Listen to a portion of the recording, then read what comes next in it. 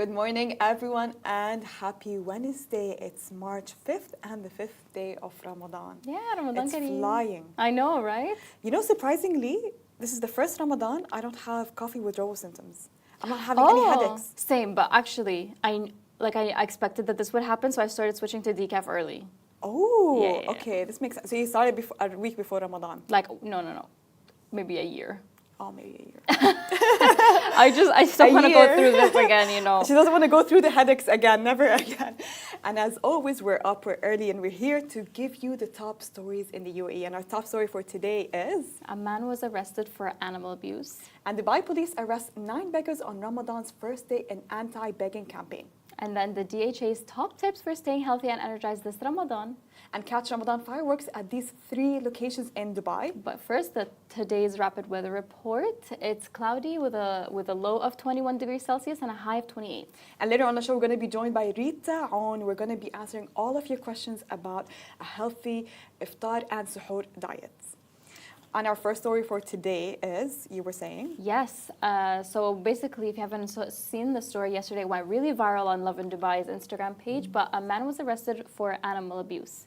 So a man was caught abusing a pet dog on his balcony, and thanks to vigilant neighbors and swift action from Facebook community groups, the situation was quickly addressed, and the disturbing act was captured on video by a neighbor in a nearby building, while another resident confronted the owner, shouting for him to stop. Dubai police have since arrested the man who is now the dog's former owner.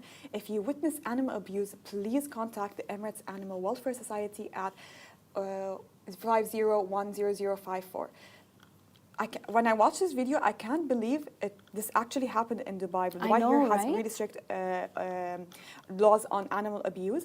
But what really shocked me is that this man was unprovoked. I know. And no excuse for animal abuse. No excuse at all. I'm not trying to justify it at all. But the way he went out on the balcony, it was very unprovoked. The dog was already on the balcony. Harmless. The man came out. Completely harmless. And just started abusing the dog. Make it make sense. Make it make sense. It's crazy. It's crazy how people have no humanity at all. No humanity. And in the month of Ramadan, I know, people can just be so weird. But I'm just so thankful for the Facebook community groups. They always come together and report these kinds of incidences. Exactly. And the neighbors filmed it and everything. They contacted police and it was reported. And thankfully, with swift action, it was all handled pretty quickly. And I'm so glad that this person actually recorded it, had proper evidence, and quickly shared it with the public. Quickly shared it with the police to take action to this owner. This person needs to be arrested. Why? If you can't take good care of your pet, don't have one. Yeah. Why have a pet if you're going to mistreat it and not take care of it? The whole point of having a pet is to have a companion, and you want to take care of your companion. Why are you mistreating it?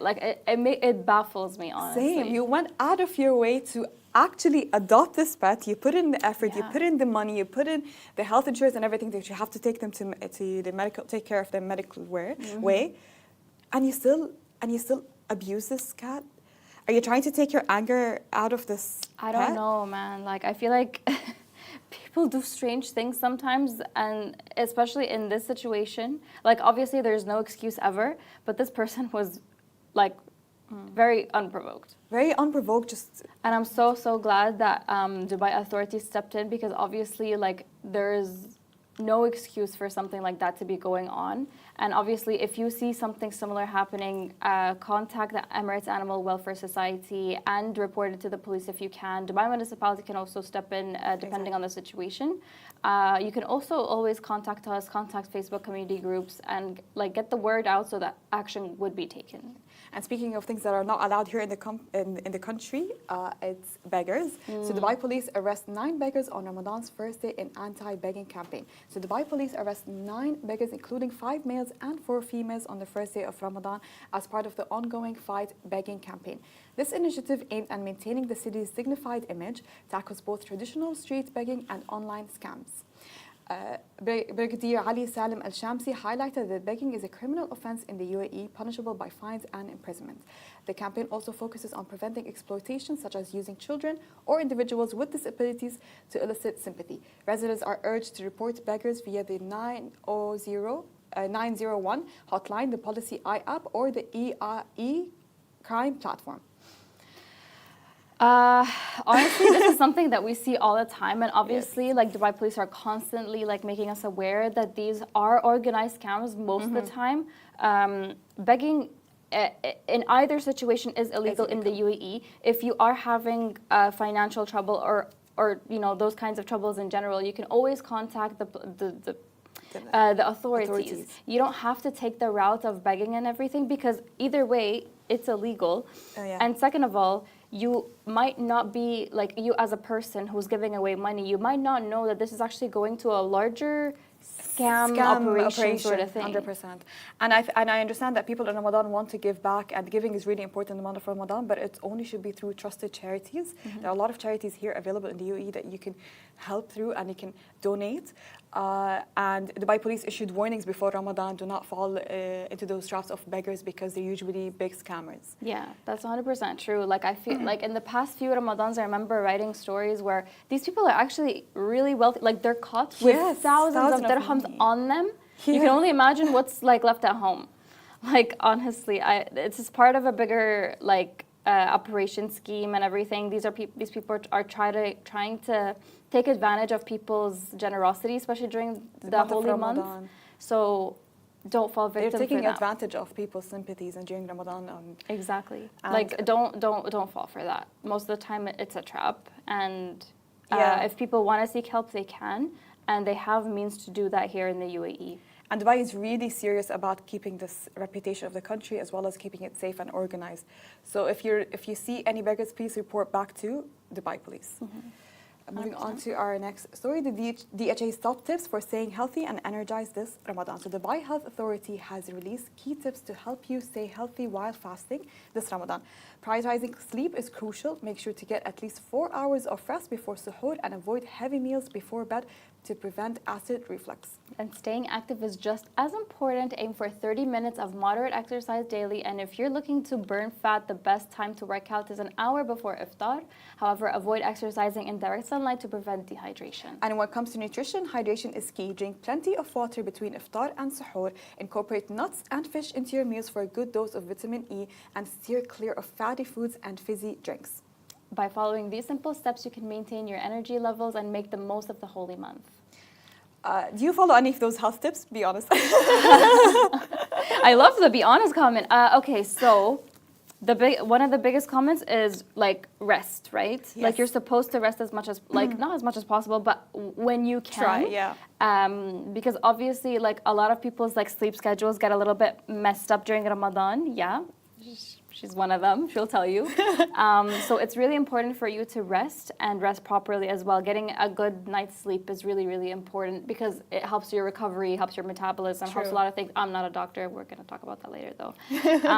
And we're going to get like actual tips. But for this one, the DHA shared a bunch of tips that you can follow to make sure that you're healthy throughout Ramadan. The other thing is after rest and everything, it says avoid heavy meals before bed. Yeah. Do you avoid heavy meals before bed? I feel like I have a heavy meal in suhoor too. Really? I'm the opposite. Like iftar, it's so hard for me to overeat. Oh, I get that. I eat very little, so I'm trying to compensate because I'm not trying to have like a low calorie deficit. So true. So I overeat, not overeat, but I have like a big meal during suhoor. My sleeping schedule is messed up. One of the first tips that DHA gave. But you have such a small window for eating. You just want to make use of it. Oh yeah, I know. I feel like the time between iftar, if you have a very hefty iftar, when it comes to suhoor, you're not even that hungry. True. It's just.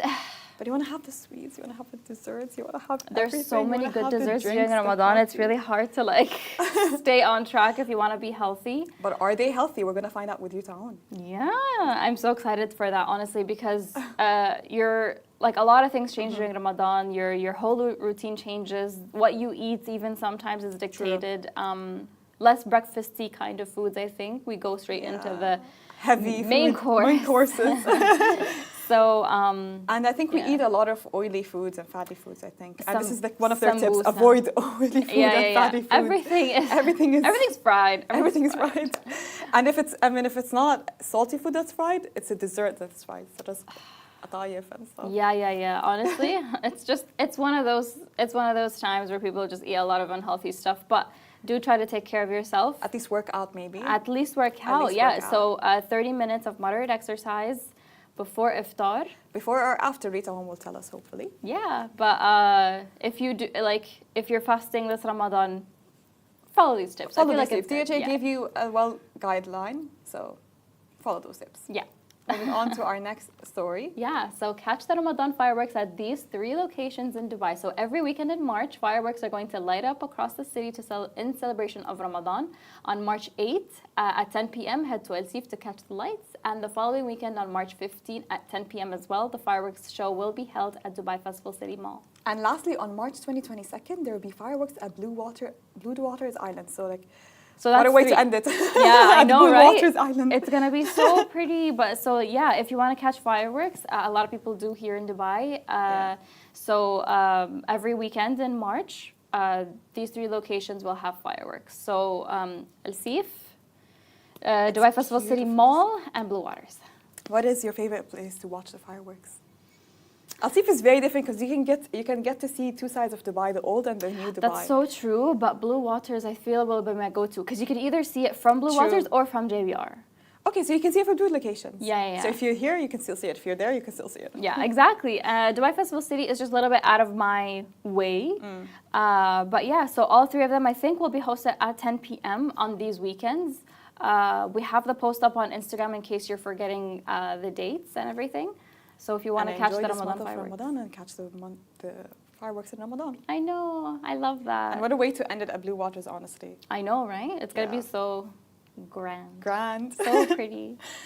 So don't go anywhere because we're going to be joined by Rita, Aoun, after this very short break. We're going to be talking about all the healthy diets and all the healthy tips and what should we do during this month of Ramadan to stay healthy, avoid being bloated, when is it best to work out. It's all going to be answered with Rita Aoun in just a few minutes.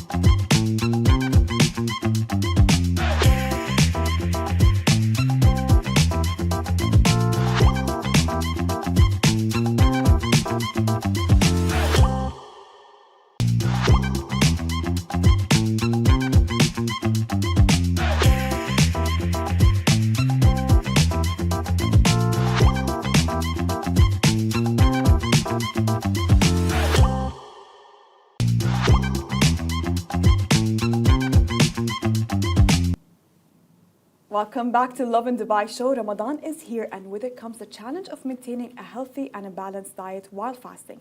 Today we have Rita Aoun, a DHA licensed dietitian, to help us navigate the best food choices for suhoor and iftar. Stay energized throughout the day and avoid common mistakes. Welcome to the show, Rita. Hello, Thank you so much for being here. I'm very happy to be here, actually. Thank you for We're hosting so me. excited for you to be here. We have so many questions. Yalla, I'm looking forward. Okay, and since Ramadan is our topic, Okay. we want to ask, what's the benefits of fasting? Actually, fasting alone is not enough for health benefits. We need to take care of what we're eating in suhoor and iftar to make out the best, the best of Ramadan, the health benefits. And it really helps our body, on several aspects. First of all, yes, it helps us lose weight. So if we are eating healthy, we can lose weight, we can lose some kilograms, and plus, yes, it is a bit challenging to gain some muscle mass, but also we can do it if we're eating healthy. One, for the body composition, it's healthy. Second, it helps the body to do autophagy. What does it mean? Meaning killing or getting rid of the damaged cells in our body, which is something very good for the immune system and for the cellular repair in our body. Third, it's also very good for reducing, studies have shown that it might help reduce, if we're eating properly, definitely, it might help reduce the blood triglycerides in the body, the bad cholesterol, which is the LDL, and it might increase the HDL, which is the good cholesterol. Interesting. Okay. So it really has good effects on the metabolic outcomes, body composition, and immune system. So fasting is amazing, but alone it's not enough. We should aim to have good dietary patterns at suhoor and iftar in order to have the best out of it. So what you're just suggesting right now is that you shouldn't be overeating during iftar. What is the best way to break your fast? Okay, definitely you shouldn't be overeating on iftar. This is usually a common mistake. Actually, we're going to talk about it maybe if you want later on. And so the best way to break iftar is, first of all, to drink water. 1 cup of water. Don't overdo it at the beginning, because your body is long hours without any water or food. So only 1 cup of water, and then 1 to 2 cups of water. And then, yes, it is a traditional way, but an excellent choice to have tamar or dates. Okay, dates are really amazing. Not more than 2 to 3 dates. Okay, to break the fast with. They contain natural sugars, and they to provide us with quick energy. And don't worry about the spike in blood glucose. They contain fibers that will help us regulate the blood glucose. So yes, it's a traditional and excellent way to break the fast with. And then I would suggest it's optional but beneficial to have 1 cup of milk or 1 cup of yogurt. Really? Yes. Okay. Because actually it contains probiotics, which helps the digestive tract and the gut microbiota. 1, and second, it helps us rehydrate our body. Okay, and as well, it will provide us with protein and calcium. So these are the best 3 ways to break the fast with, and then we start our meals. So are you suggesting that we should maybe avoid carbs, or is it okay to have carbs during iftar? Definitely it's okay to have carbs. Carbs is not our enemy. Carbs is not our enemy. What is our enemy is the bad portion size, the quality of carbohydrates that we are choosing. So actually, after breaking the iftar, I always advise people to have a small portion of soup. And it can be lentil soup, which is a complex carbohydrate. It can be vegetable soup. It can be chicken broth, bone broth. Okay, one small portion of soup, and then salad, which is full of fibers, and also it's a type of carbohydrates complex. If we're including a little bit of potato or corn in the salad. Okay, it's not bad. However, we should limit the portion, specifically the portion of rice. Okay. Rice is not our enemy. How much rice you are eating is really concerning. That's it for carbohydrates. Actually, even without Ramadan, people are usually scared of carbs. Yeah, we are usually scared of carbs. We're always, because if you open Instagram, TikTok, everywhere, in this Google search, they always say avoid carbs. Okay. Why are we told that? Why are we told we should avoid carbs? I want to tell you something. If your body is allowed to have, for example, usually 1 toast, and you are eating 10 toast because it's tasty and it's nice and it's easy food, comfort food. Yeah. And you are gaining weight. Oh, it's because of the toast. The toast is making me gain weight. No, Habiba, it's because you ate 10 toast, you are gaining weight. It's not because you are, it's not because of the toast itself. It's a portion. Okay? It's the portion size, and usually we overeat carbs without realizing it because it's tasty and it's easy and it's something nice like rice, potato, quinoa, bread. All of these things are carbohydrates. So choose the right quality of carbohydrates because we have different qualities of carbs, and be mindful of the portion size. Then don't be afraid of carbohydrates. بالعكس, it's very important to provide energy and for the source of fiber for our body. Yeah. Okay. So we've covered iftar. What about suhoor? What is like an ideal meal that you can have to keep you feeling full and hydrated? Okay, before I answer this question, I want to ask you a question. Okay. Go ahead. What's your best suhoor, do you think? Is it like a normal breakfast?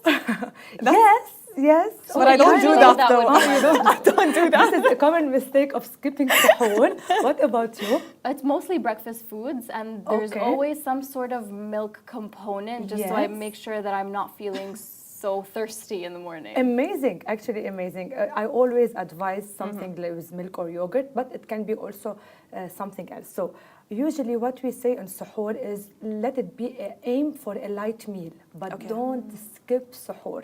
Suhoor is one of the most important meal. It is as important as having breakfast in normal days. Okay, so suhoor usually it's better to aim to have suhoor high in fibers, which is al-alyaf in Arabic, and it should be also high in proteins and high in healthy fats. Why this is the importance of suhoor? It's to keep us energized and productive throughout the day, because we are having our suhoor, then we are sleeping, and then you have a long day without food or hydration. True. So that's the importance of suhoor. Now, I will give you an example of suhoor that I really advise to my clients or like anyone I see, is to have 1 cup of yogurt or 1 cup of milk with some chia seeds on top. Chia seeds, they contain omega-3 and fibers, with some walnuts and almonds, healthy fats, and as well oats, because the oats are the complex carbohydrates, and it's gonna it's gonna give us energy throughout the second day, and as well a little bit of honey maybe for taste, for healthy, tasty. If you want something sweet, and then some fruits. Some fruits. I actually started doing this, but I'm not sure if it's right. Instead of oats, I put granola, and instead of normal yogurt, I can tell already the answer isn't good. I have Greek yogurt. Okay. Greek yogurt, let's start with the good thing. Greek yogurt is amazing. You don't mind Greek yogurt. Granola, it is good if you're doing it homemade. The granola and the supermarkets, usually we think, oh, it's granola, it's fine, like it's oats, nuts. No, but usually it's really high in sugars, added sugars, and oils, like palm oils and other type of vegetable oils. So usually to make it tasty and to make it for the customer to like it, usually they add a lot of additives and preservatives and sugars and oils. True. So I highly recommend, if you want to have granola, you have 2 options. Option 1 is to eat a little bit less, like a little quantity of granola. Okay. Option 2 is to make your own granola and enjoy it, and it's gonna give us health benefits.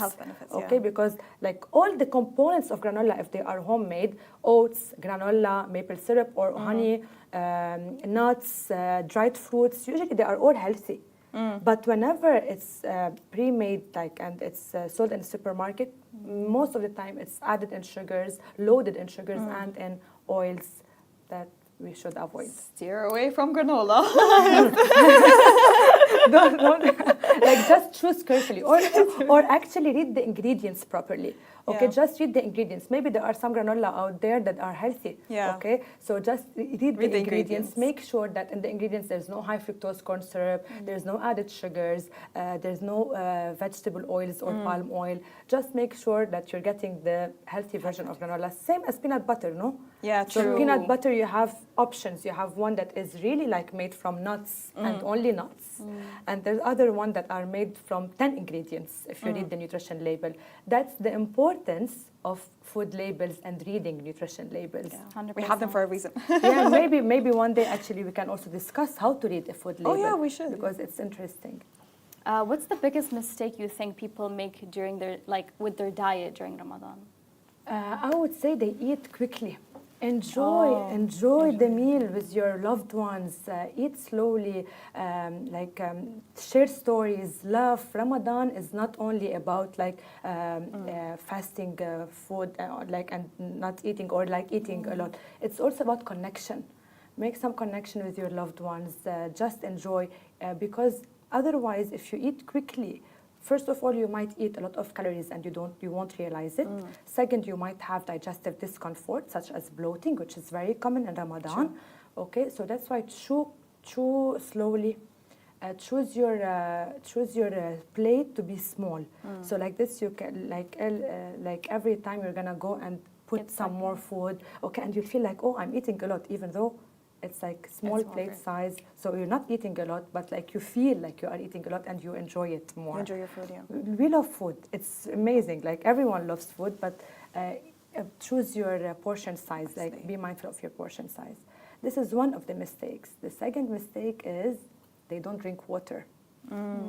Okay, so usually people in Ramadan, they forget or they skip water.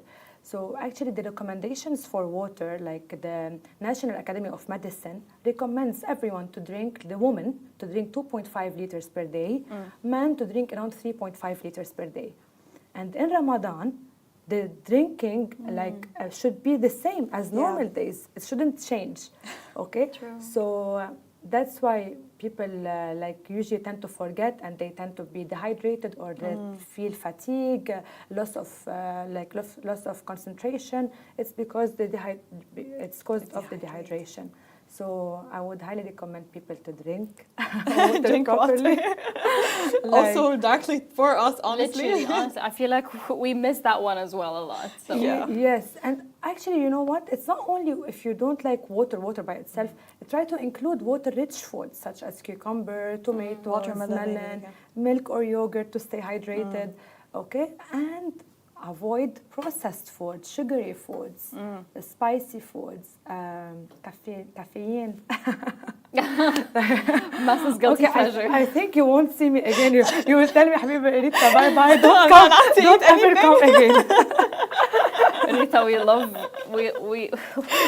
the tips. We actually need them. We actually need those tips, yeah. But our next one, we wanna know. Okay. So obviously, working out is very important. Even if you're not fasting, if it's not Ramadan and everything. But what's the best time to do it when you're fasting, or during Ramadan in general? If you want, let me summarize it first, and then I will go into deep, I will answer deeply. First, to summarize it, please feel free to train whenever your body is your body is ready. Whenever you are able to, whenever it suits you. Okay, so usually, but some people tell me Rita, when is to get the best results? When we should train? Usually, if you want to burn more fat, train 1 hour before iftar. For losing fat. For losing fat. Okay. Why? Because in a fasted state, we have higher fat oxidation. Okay, so it's better or it's recommended to train in a fasted state in order to burn more fat and as well to maintain. Okay, if you want to build muscle mass and if you want strength, then the recommendations are to do your training post iftar. Okay, 1.5 to 2 hours post iftar in order to digest the food properly and then to train. Okay, so like this, your body have the nutrients to fuel your workout and as well to help with recovery. And also it helps with the regulation of blood glucose because, after a big iftar meal, usually blood glucose spikes. So it's a good way to regulate blood glucose if you are training post iftar. but there is no one size fits all. Choose your best time. If you feel you are more energized before iftar, then please train before iftar. Yeah. If you feel more energized after iftar, then Please train. please do your training post iftar. No, do not avoid training, like do not skip your training. It's super, super important and helpful. And it is maybe challenging to build some muscle mass, but it is possible. And definitely, if you are eating properly, you can lose fat. And a lot of people actually they reduce their body weight during Ramadan. And this is very good because also they can maintain this weight loss post Ramadan. Yeah. So like if they start to do like healthy lifestyle routine, they might keep it also post Ramadan.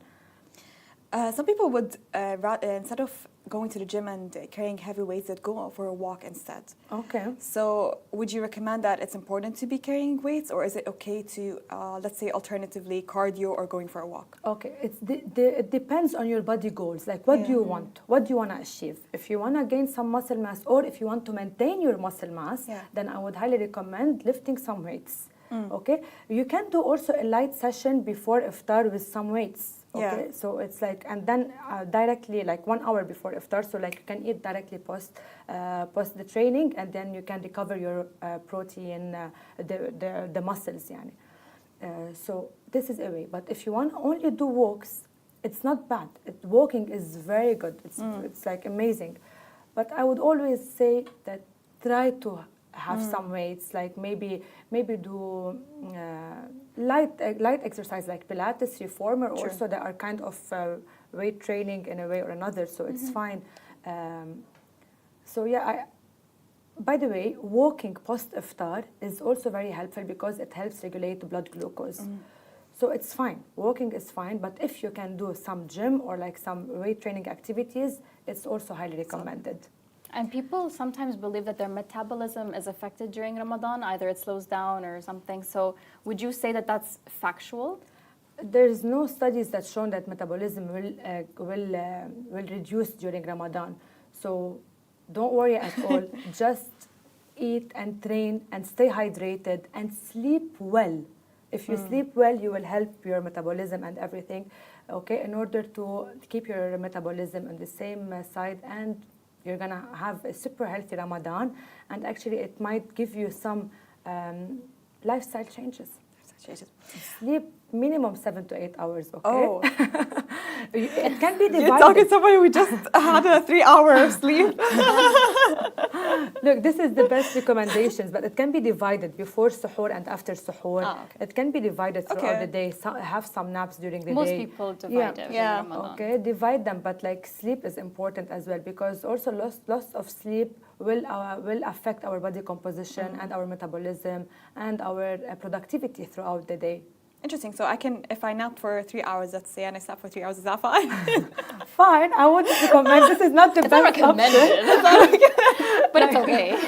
It's fine. But maybe try to sleep a little bit earlier and like sleep a little bit after suhoor. I'm not sure. Like you plan your schedule, you plan your sleep schedule according to your daily life schedule.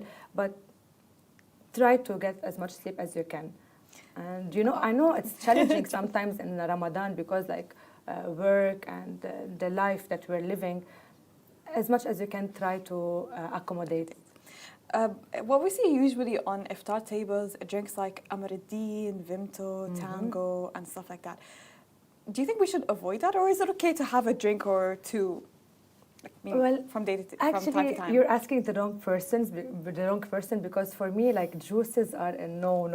That's interesting, actually. Yeah, okay. Yeah. But it's fine to have it from time to another. It's it's okay to choose it once in a while, but not every day. I wouldn't recommend it every day, definitely. And juices, they contain they are loaded with sugars.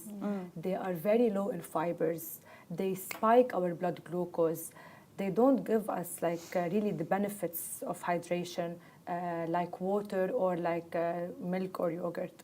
So I wouldn't advise juices every day, definitely. But I wouldn't say, no, avoid it, you can't have at all. Yeah. Sometimes you can have some juices. And if you want to have, like, for example, little bit, like half a cup, quarter of a cup, Maybe you can have it daily in Ramadan if you are really enjoying it.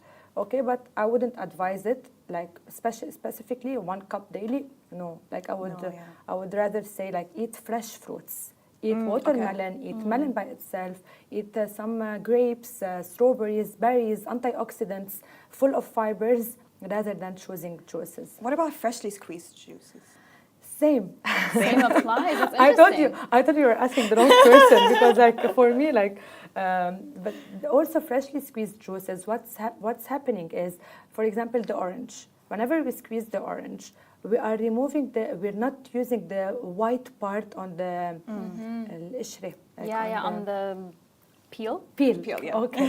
So this white part is full of fibers. And whenever we are squeezing the orange, we're not using the white part, we're removing the fibers of the orange. 1. Okay. 2, I'm going to ask you a question. In order to make 1 cup of orange juice, how many oranges do you use? Like a lot, like 5 minimum. 2 to 3, let's say. Let's say 2 to She makes it for the family.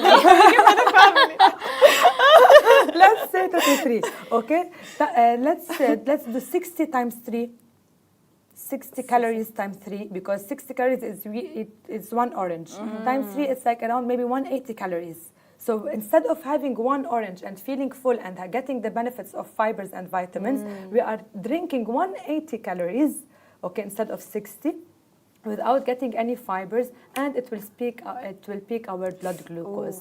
I'm not saying Don't have it at all. it's really bad, don't have it at all. No, have it, but like mindfully, and if you can, choose whole fruits instead of juices. The fruit would be better, obviously, as a choice. Another, I feel like, common thing that people do during Ramadan is they have cravings for a lot of fried foods, sambusa, all that stuff. So, what do you think is a good way for people to satiate their cravings for that food, but at the same time not overindulge and not only eat those kinds of foods? Lovely. So if you break your iftar, if you break your fast gradually, and you have your iftar like first water, then dates, then have the soup, then the salad. Yeah. Okay. Then when you reach the appetizers, you won't be as hungry, or like you won't crave them as much because you already have a little bit of sugar from the dates, like the fibers from the salad. You prepare your stomach from the soup that you had. So when you reach the appetizers, you won't like crave and eat 5 to 6 without even thinking. Now, if you wanna choose them, choose 1 or 2 appetizers. It's fine. Daily, it's fine. But choose the baked ones and not the fried ones. Okay, it really differs in calories and the nutrient composition. So it's not a big deal, like, oh, I cannot have them at all, I'm having a diet. No, it's fine, you can eat 1, okay, you can enjoy 1, maybe 2, it depends on your body, how many calories you need per day. Yeah. But don't overdo it and control it, like be mindful about what you're eating. Is there a reason why we crave a lot of oily food? Is it because of our diet, or is this normal in Ramadan? Actually, it's not only in Ramadan, right? We always crave it. We crave oily food and sugar all the time. Why? I think it's highly related to the wrong macronutrient composition that we eat throughout the day. So if we start our day, for example, if you had your suhoor, which is high in simple carbohydrates or in sugars, then you will be craving more, okay, sugars and oily food and the iftar time. Okay, so it's like how you eat. If you are eating like really good portion of proteins, healthy fats, and carbohydrates throughout like 2 to 3 days, you won't feel the crave anymore.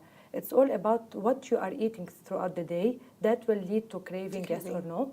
And also, to be honest, sleep. Less of low sleep, okay, will lead to more cravings.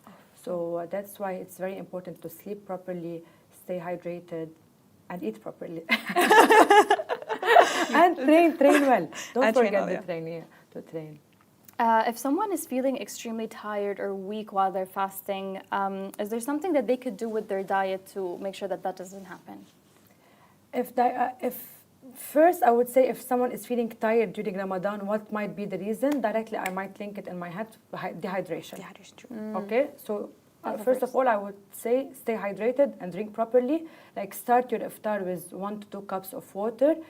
Throughout, in between iftar and suhoor, drink continuously sips of water, like around 6 to 8 cups. Okay, and then at suhoor, drink around 2 to 3 cups. So that's how we can divide our water like throughout the day, and this definitely will reduce fatigue and feeling tired, not feeling your best. Second, I might link it to low calorie intake or to high sugar intake and high processed food intake and high oily food, because these things will lead to laziness and fatigue. Yeah. Okay, so it depends the quality of your food. That's why it might lead to fatigue and weakness in Ramadan. So either hydration, either the quality of the food, either lack of sleep. So electrolytes, are they a good option? Electrolytes are good options because your body need like the electrolytes, and usually drinking electrolytes or also like eating foods such as, for example, milk or yogurt, they contain phosphor naturally. Yeah. Okay. For example, the electrolytes also you can find them naturally in fruits and vegetables. Okay. But if you want to drink an electrolyte drink, it's not bad and it's also recommended. Rita, it was lovely having you today. Thank you. It was such a good chat. Honestly, agree. That was amazing. Thank you so much. It's a pleasure. Today. Thank you. Thank you It so was a much for pleasure. being here. I hope everyone that was listening learned and took some proper notes Oh, yeah. on how to maintain a healthy diet. Thank you so much for being here. Thank you for hosting me. Thank you, and have Farah an Mahlouf. amazing day. Oh, thank you. Thank you. Thank you, Farah Mahlouf. And this brings us to the end of the Lovin Dubai show. We go live every day at 8:30 a.m. So come and say hi tomorrow. Bye-bye.